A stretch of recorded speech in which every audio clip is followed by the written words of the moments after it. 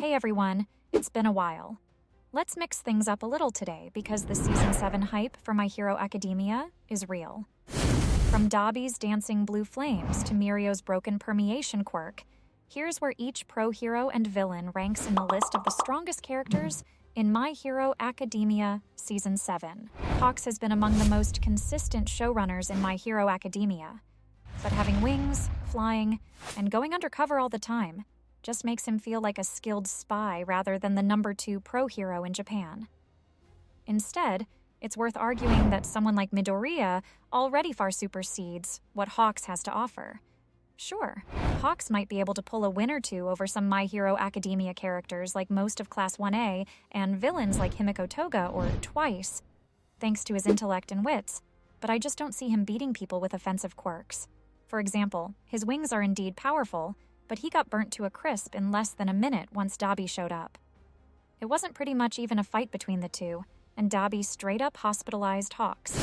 Hawks works wonders as a support hero, something he displayed brilliantly when Endeavor used Prominence Burn against the high-end Nomu in Season 4. Number 9 might not be the place some of you were expecting Bakugo to be, but trust me, once you watch the rest of the video, it'll make sense. All of us know that Bakugo is strong, but it's more his willpower than his quirk that's responsible for that. Bakugo's quirk allows him to produce explosions using the nitroglycerin in his sweat, and using special equipment, Bakugo can increase the effect tenfold. Having said that, the explosion quirk is barely anything to show off in front of the biggest bad guys in My Hero Academia. Explosion would barely do any damage against Gigantomachia, All for One, or Shigaraki. Bakugo always has to develop unique strategies during his battles and utilize his quirk in brand new ways. It's his battle IQ that has got him this far, and while he's definitely among the strongest characters in My Hero Academia Season 7, his quirk feels like a bottleneck to his talents. Endeavor's son, and Dabi's little brother Shoto Todoroki, has been the hottest prospect in Class 1A since Season 1. Shoto is one of the few heroes in the series to have 2 quirks, and both are exceptionally strong ones at that. He's also one of the few ones who have fought both Midoriya as well as Bakugo, and arguably won against both, though all 3 of them have grown considerably since back when that happened in Season 2. In the My Hero Academia power rankings for Season 7, placing Shoto above Hawks and Bakugo makes sense. We've already discussed what flames do to Hawks, and while you could argue Bakugo is stronger, Shoto has one major advantage over him. Unlike Bakugo, who inevitably gets tired after using his quirk, Shoto's body doesn't get burnt because of his flames, nor does it succumb to frostbite because of his ice quirk. Both of his quirks keep each other at bay, so even if Shoto goes all out with his flames or ices all over the place, his other quirk can quickly bring his body back to normal temperature. So if you look at it like that, Shoto is pretty much the perfect killing machine. Mirio was out of action since Season 4 because of losing his quirk, but he returned to fight multiple high-end Nomus at once in Season 6, showing us he's even stronger than he was before. Mirio's permeation quirk causes his body to become hollow and allow anything to pass through it. That's a pretty sick quirk since you can't beat what you can't touch. Permeation has come in handy on more occasions than one. In the battle against Overhaul, Mirio was winning until his quirk was lost. And when the pro heroes and trainees fight Tamura Shigaraki later in the manga, even Shigaraki's decay won't be able to take effect on Mirio. However, permeation is still more of a defensive quirk than an offensive one. It can set up some crazy strikes, but Mirio doesn't have super strength or anything to damage someone as strong as Gigantomachia or Endeavor.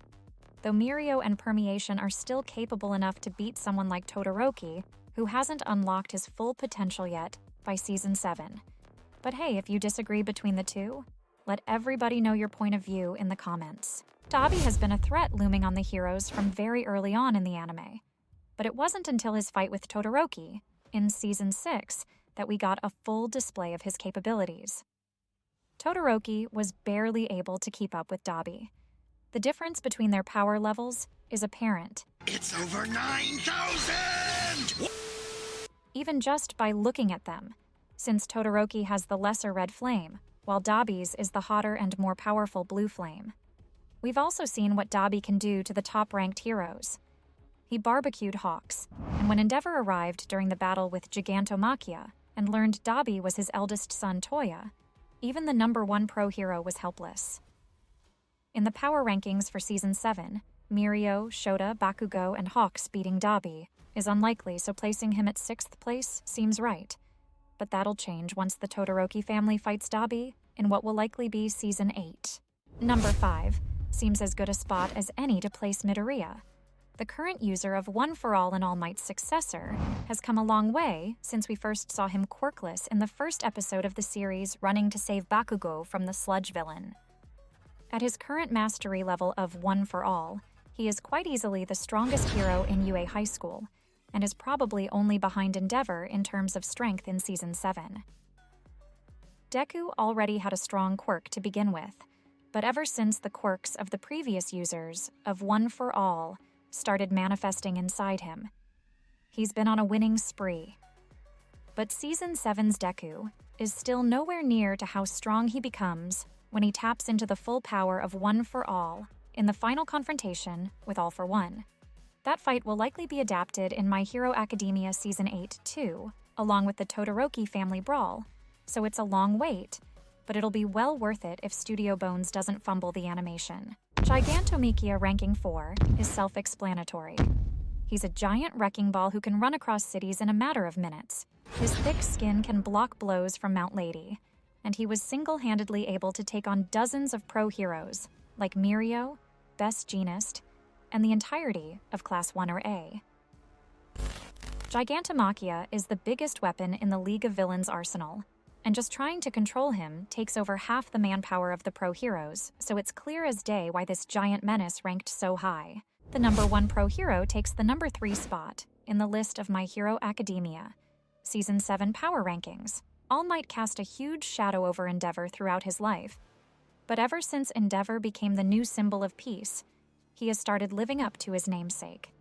Endeavor's battle with the Nomu Hood in Season 4 sent shivers down spines, and it gave an accurate measurement of how strong the new #1 hero really is.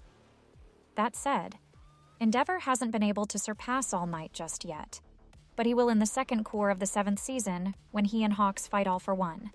Endeavor will have another Go Beyond plus Ultra moment, and will finally put an end to the series' overarching antagonist.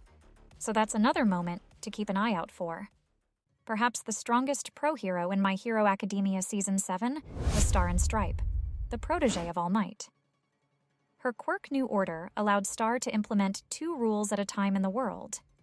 Those could range anywhere from making her body super strong, commanding other people to instantaneously die if they moved even a millimeter, or causing the air in front of her to become void.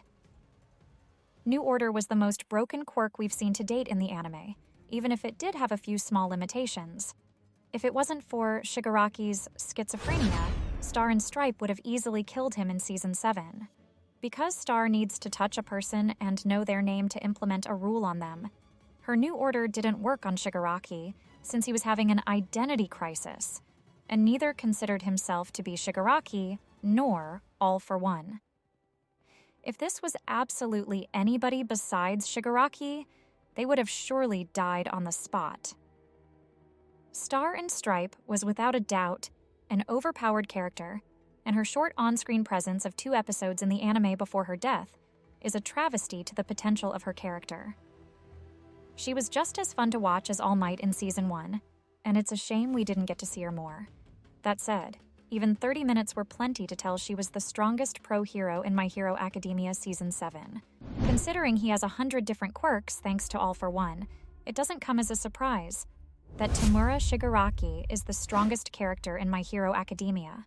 But putting his multiple quirks aside, Shigaraki has still been broken from the start because of his original quirk, Decay. By touching anything, Shigaraki can disintegrate it, regardless of how large or powerful the object or person may be. Now, if you give Shigaraki access to dozens of other quirks, that just screams overpowered. And you know what, guys, the cherry on top is that Shigaraki has a high intellect, too. In a matter of minutes, he was able to kill Star and Stripe, someone just as strong as All Might, whereas even Endeavor knows he can't take Tamura down alone. Shigaraki is the ultimate symbol of evil, and hands down the strongest character in My Hero Academia right now. Even up until the final battle in the manga, Tamura keeps on getting stronger by the minute, and it's only the collective effort of all heroes, because of which they are able to defeat him. It's my first time writing a video like this, so please let me know how I did in the comments and what you want to see more of.